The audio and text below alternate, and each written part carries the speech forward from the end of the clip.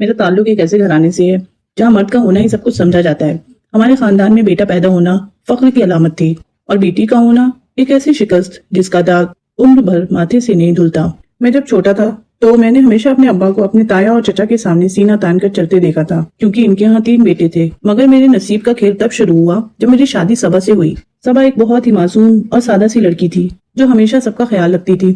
شادی کے پہلے سال جب وہ امید سے ہوئی تو پورا گھر مٹھائیوں اور خوشیوں کی امید سے ڈوبا ہوا تھا۔ میری ماں ہر وقت مصلے پر بیٹھی رہتی اور یہی دعا کرتی تھی کہ یا اللہ ثاقب کی گود ہری کر دے اور اسے وارث عطا کر دے۔ میں بھی اسی غرور میں تھا کہ میرا پہلا بچہ بیٹا ہی ہوگا، کیونکہ میں خود کو بہت طاقتور اور بڑا مرد سمجھتا تھا۔ مگر جب اسپتال کی نرس نے باہر آ کر یہ خبر سنائی کہ مبارک ہو بیٹی ہوئی ہے، تو مجھے لگا جیسے کسی نے میرے منہ پر زوردار تماچا مار دیا ہو۔ میں نے اس نرس کی طرف دیکھا تک نہیں اور ہاسپٹل کے کوریڈور سے باہر نکل گیا۔ وہ پہلی بیٹی جس کا نام صبا نے بڑے پیار سے نور رکھا تھا میرے لیے کسی بوجھ سے کم نہیں تھی۔ میں گھر آیا تو سب کے چہرے لٹکے ہوئے تھے۔ میری ماں جو پہلے دعائیں مانگ رہی تھی اب کونے میں بیٹھی ادھر ادھر کی باتیں کرنے لگی تھی۔ وقت گزرتا گیا اور نور بڑی ہونے لگی۔ وہ جب بھی میرے پاس آتی اور اپنی ننھی انگلیوں سے میرا ہاتھ تھامنے کی کوشش کرتی تو میں اپنا ہاتھ جھٹک دیتا، کیونکہ اس کی معصومیت میں مجھے اپنی وہ ہار نظر آتی تھی جو میں نے معاشرے کے سامنے تسلیم کی تھی۔ صبا چپ چاپ سب سہتی رہتی، وہ کبھی مجھ سے شکایت نہیں کرتی، مگر اس کی آنکھوں میں چھپا درد میں صاف دیکھ سکتا تھا۔ 2 سال بعد جب صبا دوبارہ امید سے ہوئی تو اس بار میرے اندر کا خوف غصے میں بدل چکا تھا۔ میں نے صبا کو پہلے ہی دن کہہ دیا تھا کہ دیکھو صبا، اس بار کوئی بہانہ نہیں چاہیے، مجھے میرا وارث چاہیے۔ اگر اس بار بھی وہی ہوا تو میں نہیں جانتا کہ میں تمہارے ساتھ کیا کروں گا۔ صبا خاموشی سے روتی رہتی تھی۔ وہ بیٹیوں کی پیدائش کو اللہ کی مرضی کہتی، مگر میرے نزدیک یہ اس کی کمزوری تھی۔ میرے تایا کا بیٹا جو مجھ سے چھوٹا تھا اس کے یہاں بیٹا ہو گیا تھا، اور اس دن ہمارے گھر میں مٹھائی آئی تو میں نے وہ مٹھائی اٹھا کر باہر پھینک دی۔ میرا غصہ اتنا بڑھ گیا تھا کہ میں نے اپنے کمرے کا فرنیچر تک توڑ دیا تھا۔ صبا نے مجھے سنبھالنے کی کوشش کی تو میں نے اسے دیوار سے دے مارا اور کہا کہ تم منحوس ہو، تمہارے قدم اس گھر کے لیے اچھے نہیں ہیں۔ دوسری بیٹی کی پیدائش پر تو جیسے قیامت ہی ٹوٹ پڑی تھی۔ میں نے صبا کی شکل تک دیکھنا گوارا نہ کی اور 3 دن تک گھر نہیں آیا۔ میری ماں نے صبا کو جلی کٹی سنانا شروع کر دی۔ وہ کہتی کہ تم نے میرے بیٹے کا نصیب جلا دیا ہے، تمہاری وجہ سے آج وہ لوگوں کے سامنے سر اٹھا کر نہیں چل سکتا۔ میری دونوں بیٹیاں نور اور حیا اب گھر کے کونے میں دبک کر رہتی تھیں۔ وہ جب بھی میری آواز سنتی تو اپنی ماں کے پیچھے چھپ جاتی، کیونکہ ان کو معلوم تھا کہ ان کا باپ ان سے پیار نہیں کرتا بلکہ ان سے نفرت کرتا ہے۔ میں اکثر بیٹھک میں اپنے دوستوں اور رشتہ داروں کے ساتھ بیٹھتا تو وہ باتوں باتوں میں طنز کرتے کہ ثاقب میاں اب تو لڑکیوں کا اسکول کھول لو، تمہارے یہاں تو بس یہی ہونا ہے۔ ان کے یہ کہے میرے کانوں میں سیسے کی طرح اترتے اور میں اندر ہی اندر سلگتا رہتا۔ ایک دن ہمارے خاندان میں ایک بڑی تقریب تھی جہاں سب مرد اکٹھا تھے۔ میرے چچا نے بڑے فخر سے اپنے پوتوں کو گود میں بٹھا رکھا تھا اور انہیں مٹھائیاں کھلا رہے تھے۔ میں ایک کونے میں تنہا بیٹھا تھا۔ جب سب نے اپنی اپنی جائیدادوں اور وارثوں کی باتیں شروع کی تو چچا نے میری طرف دیکھ کر کہا، ثاقب تم کیوں خاموش ہو؟ آخر تمہیں بھی تو اپنی جائیداد کا سوچنا ہے۔ تمہارے بعد یہ سب کس کا ہوگا؟ تمہارے بھتیجے ہی تو سنبھالیں گے نا۔ ان کی اس بات پر وہاں موجود لوگ ہنس پڑے تھے۔ وہ ہنسی میرے لیے خنجر سے کم نہیں تھی۔ میں وہاں سے اٹھ کر گھر آ گیا اور سیدھا صبا کے پاس گیا۔ میں نے اسے بالوں سے پکڑا اور گھسیٹتے ہوئے صحن میں لے آیا۔ میری دونوں بیٹیاں چیخنے لگی تھیں اور اپنی ماں سے لپٹ گئی تھیں، مگر مجھ پر تو جیسے خون سوار ہو چکا تھا۔ میں نے صبا سے کہا کہ دیکھو صبا، اگر تیسری بار بھی بیٹی ہوئی تو میں تمہیں اسی وقت طلاق دے دوں گا اور ان لڑکیوں کو بھی تمہارے ساتھ نکال دوں گا۔ مجھے بوجھ نہیں چاہیے، مجھے وہ چاہیے جو میرا نام روشن کرے۔ صبا زمین پر پڑی سسکیاں لے رہی تھی اور نور اس کے آنسو پوچھ رہی تھی۔ اس وقت مجھے اپنی بیٹیوں پہ ذرا بھی ترس نہیں آیا، بلکہ مجھے یہ لگا کہ یہ میری دشمن ہیں جو میرے وقار کو خاک میں ملا رہی ہیں۔ دن گزرتے گئے اور میں ایک نفسیاتی مریض بن گیا۔ میں نے گھر میں ہنسنا بولنا چھوڑ دیا تھا۔ میں صرف کام پر جاتا اور واپس آ کر بستر پر لیٹ جاتا۔ صبا میرے پاس کھانا لے کر آتی تو میں تھالی الٹ دیتا اور اس سے کہتا کہ یہ کھانا کھانے کا میرا حق تب بنے گا جب تم مجھے میرا بیٹا دو گی۔ صبا کی وہ حالت ہو گئی تھی کہ وہ سائے سے بھی ڈرنے لگی تھی۔ وہ ہر وقت مصلے پر بیٹھی رو رو کر دعائیں مانگتی اور پیروں فقیروں کے پاس جاتی تاکہ اسے بیٹا مل سکے، مگر میرے اندر کا شیطان اب پوری طرح جاگ چکا تھا جو کسی بھی قیمت پر اپنی انا کی جیت چاہتا تھا۔ اس کشمکش اور تناؤ میں 1 سال اور گزر گیا اور پھر وہ دن آیا جب صبا نے مجھے یہ بتایا کہ وہ تیسری بار امید سے ہے، جس سن کر مجھے خوشی نہیں ہوئی بلکہ ایک ایسا خوف محسوس ہوا جو میں پہلے کبھی نہیں جانتا تھا۔ میں نے صبا کی آنکھوں میں دیکھا اور بہت خاموشی سے کہا، صبا یاد رکھنا یہ تمہارا آخری موقع ہے، اگر اس بار بھی ناکامی ہوئی تو تم اپنی موت کی ذمہ دار خود ہوگی۔ صبا نے کچھ نہیں کہا اور وہ بس خاموشی سے کچن میں چلی گئی۔ میں نے دیکھا کہ اس کے ہاتھ کانپ رہے تھے۔ اب یہاں سے میری زندگی کا وہ ہولناک سفر شروع ہونے والا تھا جس کی منزل تباہی کے سوا کچھ نہیں تھی۔ میں نے صبا پر نظر رکھنا شروع کر دی کہ وہ کیا کھاتی ہے، کہاں جاتی ہے اور کس سے بات کرتی ہے۔ میں نے اسے کسی بھی تقریب میں جانے سے روک دیا تھا تاکہ اسے کسی کی نظر نہ لگے۔ خاندان کی عورتیں اب ہمارے گھر کثرت سے آنے لگی تھیں۔ وہ صبا کو مشورے دیتی کہ فلاں پیر کے پاس جاؤ، فلاں آدمی سے دم کرواؤ اور فلاں چیز کھاؤ۔ میری ماں نے تو گھر میں تعویذوں کا ڈھیر بنا دیا تھا، ہر روز ایک نیا تعویذ صبا کے گلے میں ڈال دیا جاتا یا اسے پلایا جاتا۔ صبا ایک مشین کی طرح ان سب باتوں پر عمل کرتی کیونکہ وہ اپنا گھر بچانا چاہتی تھی، مگر میں جانتا تھا کہ میرے اندر کا غصہ ایک ایسے مقام پر پہنچ چکا ہے جہاں سے واپسی ممکن نہیں ہے۔ مجھے ہر رات خواب میں وہ کہکہے سنائی دیتے جو بیٹھک میں لگائے گئے تھے، اور میں پسینے میں شرابور ہو کر اٹھ بیٹھتا۔ صبا میرے کندھے پر ہاتھ رکھتی تو میں اسے جھٹک دیتا اور کہتا کہ مجھ سے دور رہو، جب تک تم مجھے خوشخبری نہیں دیتی تم میری بیوی نہیں ہو، صرف ایک بوجھ ہو۔ وقت گزرنے کے ساتھ ساتھ میرے گرد دباؤ کا گھیرا تنگ ہوتا جا رہا تھا، صرف میرا گھر ہی نہیں بلکہ پورا گاؤں اور برادری جیسے میری ٹوپ میں لگی ہوئی تھی۔ میں جب بھی گھر سے باہر نکلتا تو مجھے لوگوں کی نظروں میں ایک عجیب سا طنز محسوس ہوتا تھا۔ ایک دن میں چوک پر بیٹھا تھا تو میرا بچپن کا دوست اسلم میرے پاس آ کر بیٹھا۔ اس نے ہنستے ہوئے میرے کندھے پر ہاتھ رکھا اور بولا، کیوں ثاقب میاں، سنا ہے اس بار پھر سے تیاری ہے؟ دیکھنا بھائی اس بار کوئی غلطی نہ ہو جائے، ورنہ لوگ تو پہلے ہی باتیں کر رہے ہیں کہ ثاقب کی لکیر میں صرف بیٹیاں ہی لکھی ہیں۔ میں نے دانت پیستے ہوئے اس کا ہاتھ جھٹک دیا اور وہاں سے اٹھ گیا، مگر اس کی ہنسی میرے کانوں میں کافی دیر تک گونجتی رہی تھی۔ شام کو جب میں گھر آیا تو تایا ابا ہمارے گھر آئے ہوئے تھے۔ مجھے دیکھتے ہی بولے، ثاقب ادھر آؤ بیٹا، میں نے تمہارے لیے ایک پیر سے بات کی ہے، وہ بہت دور رہتے ہیں مگر ان کا دم کبھی خالی نہیں جاتا، تم صبا کو لے کر وہاں جاؤ، آخر کب تک ہم بیٹوں کے آسرے بیٹھے رہیں گے؟ تمہارا نام روشن کرنے والا بھی تو کوئی ہونا چاہیے نا۔ میں نے سر جھکا کر ان کی باتیں سنی، کیونکہ ان کے لہجے میں جو نصیحت تھی وہ دراصل ایک حکم تھا جس سے انکاری ممکن نہیں تھی۔ میری ماں بھی وہیں پاس بیٹھی تھی، وہ فوراً بولی، ہاں ثاقب، میں نے تو صبا کو کہہ دیا ہے کہ اگر اس بار بھی وہی ہوا تو میں خود تمہارا دوسرا نکاح کرواؤں گی، چاہے کچھ بھی ہو جائے۔ گھر کے اندر صبا کی حالت یہ تھی کہ وہ مجھ سے نظریں چرانے لگی تھی، وہ ہر وقت ڈری ڈری رہتی اور اس کی خاموشی مجھے مزید چڑھاتی تھی۔ ایک رات جب میں کمرے میں داخل ہوا تو وہ جانماز پر بیٹھی رو رہی تھی۔ میں نے غصے سے اسے بازوؤں سے پکڑا اور اٹھایا، یہ رونا دھونا بند کرو صبا، تمہارے رونے سے کچھ نہیں ہوگا، مجھے عمل چاہیے، مجھے وہ وارث چاہیے جس کے لیے میں ہر روز باہر ذلیل ہو رہا ہوں۔ صبا نے سسکیاں لیتے ہوئے کہا، ثاقب تم کیوں نہیں سمجھتے کہ یہ سب میرے بس میں نہیں ہے؟ اللہ سے ڈرو اور اس کی رضا میں خوش رہنا سیکھو۔ اس کی یہ بات سن کر میرا پارا چڑھ گیا، میں نے اسے دیوار سے لگایا اور کہا، خاموش رہو، اگر اس بار بھی تم نے وہی منحوس خبر سنائی تو یاد رکھنا میں تمہیں اس گھر سے ایسے نکالوں گا جیسے دودھ سے مکھی کو نکالا جاتا ہے۔ اسی دوران میری بہن کی نند کی شادی آئی تو پورا خاندان وہاں جمع تھا۔ میں اپنی بیوی اور بیٹیوں کے ساتھ وہاں پہنچا تو مجھے لگا جیسے میں کسی کٹگھرے میں کھڑا ہوں۔ عورتیں صبا کو گھیر کر کھڑی ہو گئیں اور اسے طرح طرح کے مشورے دینے لگیں۔ ایک بوڑھی عورت نے تو صبا کا پیٹ دیکھ کر کہا کہ مجھے تو لگتا ہے کہ اس بار بھی وہی ہوگا، اس کی شکل بتا رہی ہے۔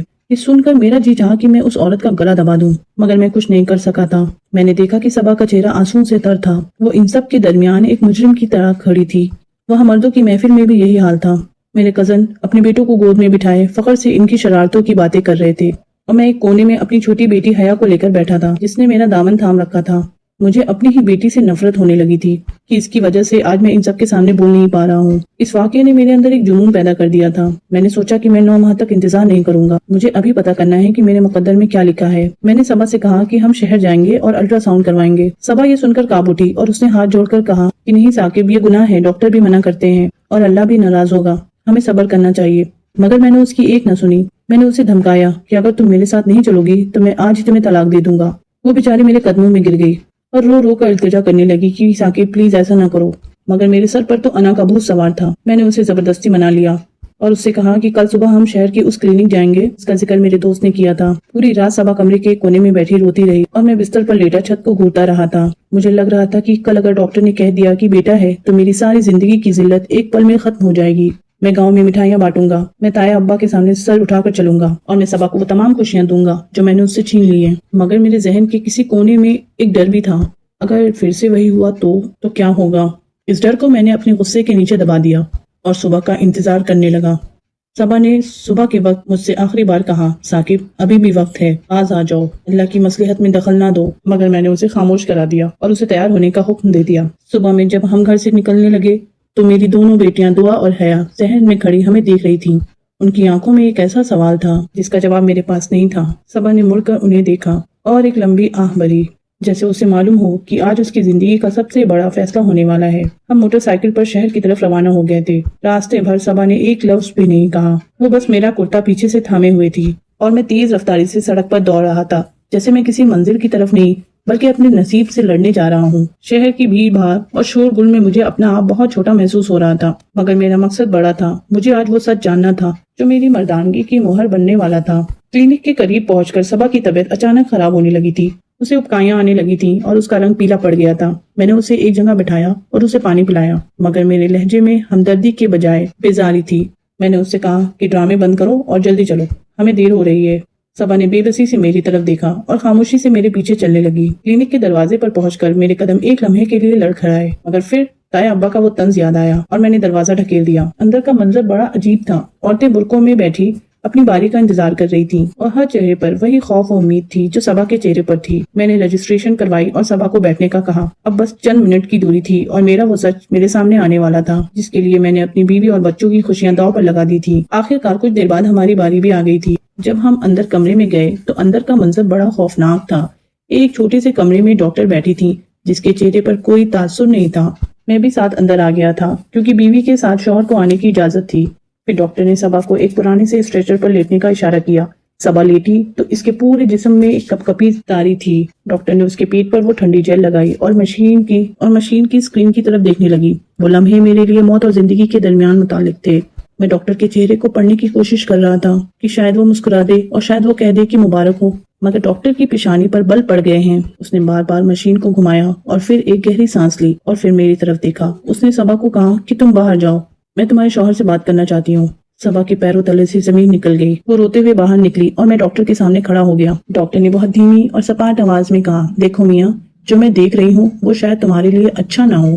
الٹرا ساؤنڈ کے مطابق اس بار بھی تمہارے یہاں بیٹی ہی پیدا ہوگی۔ یہ سنتے ہی میرے کانوں میں جیسے دھماکے ہونے لگے تھے۔ مجھے لگا جیسے میں کسی گہرے کنویں میں گر رہا ہوں۔ میں نے ڈاکٹر سے کہا کہ نہیں، آپ دوبارہ دیکھیں، یہ نہیں ہو سکتا۔ میں نے اتنی منتیں مانگی ہیں، میں نے اتنی تعویذیں کی ہیں۔ ڈاکٹر نے بیزاری سے کہا کہ تعویذوں سے قدرت کے فیصلے نہیں بدلتے، حقیقت یہ ہی ہے کہ یہ بیٹی ہی ہے۔ میں کلینک سے باہر نکلا تو میرا دماغ سن ہو چکا تھا۔ صبا باہر بینچ پر بیٹھی میرا انتظار کر رہی تھی۔ اس نے میرا چہرہ دیکھتے ہی سب کچھ سمجھ لیا تھا۔ وہ وہیں فرش پر بیٹھ گئی، دہاڑے مار کر رونے لگی۔ میرا جی چاہا کہ میں اسے وہیں چھوڑ دوں اور کہیں دور چلا جاؤں۔ میں نے اسے بازوں سے پکڑ کے اٹھایا اور کہا کہ گھر چلو، تمہارا فیصلہ وہیں ہوگا۔ وہ واپسی کا سفر کسی جہنم کے سفر سے کم نہیں تھا۔ میں موٹر سائیکل اتنی تیز چلا رہا تھا کہ صبا بار بار مجھ سے لپٹ جاتی، مگر میں اسے جھٹک دیتا۔ میرے ذہن میں وہ تمام تانے، وہ تمام ہنسی، وہ تمام ذلت ایک فلم کی طرح چل رہی تھی جو اب میرا مقدر بننے والی تھی۔ گھر کے قریب پہنچتے ہی میرا غصہ ایک ایسے مقام پر پہنچ گیا تھا جہاں انسان اور جانور میں کوئی فرق نہیں رہتا۔ میں نے سوچ لیا تھا کہ آج اس کہانی کا انجام ہو کر رہے گا، چاہے کچھ بھی ہو جائے۔ کلینک سے واپسی کا سفر میرے لیے کسی ذلت بھرے خواب جیسا تھا۔ موٹر سائیکل کی رفتار کے ساتھ ساتھ میرے اندر کا غصہ بھی بڑھتا جا رہا تھا۔ صبا پیچھے بیٹھی رو رہی تھی اور اس کی ہچکیاں میرے کانوں میں ہتھوڑوں کی طرح لگ رہی تھی۔ میں نے گھر پہنچتے ہی موٹر سائیکل کو صحن کے بیچوں بیچ پٹک دیا اور صبا کا ہاتھ پکڑ کر اسے گھسیٹتے ہوئے کمرے میں لے گیا۔ میری ماں اور بیٹیاں صحن میں کھڑی یہ سب دیکھ رہی تھیں، مگر میرے چہرے کی وحشت دیکھ کر کسی کی ہمت نہیں ہوئی کہ آگے بڑھ کر مجھے روکے۔ میں نے صبا کو کمرے میں پھینک کر دروازہ اندر سے بند کر لیا اور اس پر دہاڑنے لگا کہ تمہاری ہمت کیسے ہوئی مجھے پھر سے وہی خبر سنوانے کی۔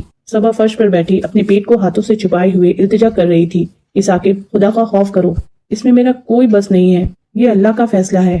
اس کی بات سن کر میرے اندر کا شیطان پوری طرح بیدار ہو گیا تھا۔ میں نے غصے میں آ کر ایک زوردار ٹھوکر صبا کے پیٹ پر ماری تو اس نے ایک ایسی چیخ ماری جو شاید ان دیواروں نے پہلے کبھی نہیں سنی تھی۔ وہ تڑپ کر زمین پر گری اور اپنا جسم سمیٹ کر دوہری ہو گئی۔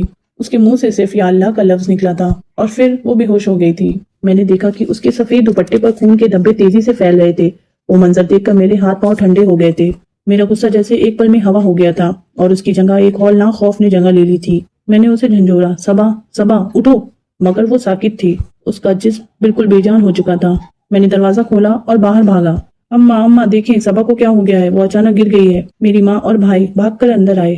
صبا کی حالت دیکھ کر اماں کے پیروں تلے سے زمین نکل گئی۔ انہوں نے چیخ کر کہا، ثاقب، یہ کیا کیا تو نے، یہ خون کہاں سے آیا ہے؟ میں نے جھوٹ بولا کہ اماں پتہ نہیں، شاید یہ بے ہوش ہو کر میز پر ٹکرا گئی یا پھر اس کا پاؤں پھسل گیا تھا۔ میرا بھائی جلدی سے گاڑی نکال کر لایا اور ہم نے صبا کو اٹھا کر پچھلی سیٹ پر لٹایا۔ ہاسپٹل کا راستہ جیسے ختم ہی نہیں ہو رہا تھا۔ میں صبا کا سر اپنی گود میں رکھے ہوئے تھا اور اس کے پیلے چہرے کو دیکھ رہا تھا۔ مجھے اب وہ ٹھوکر یاد آ رہی تھی جس نے اسے اس حال میں پہنچا دیا تھا۔ میرا دل ڈوب رہا تھا کہ اگر اسے کچھ ہو گیا تو میں کیا کروں گا۔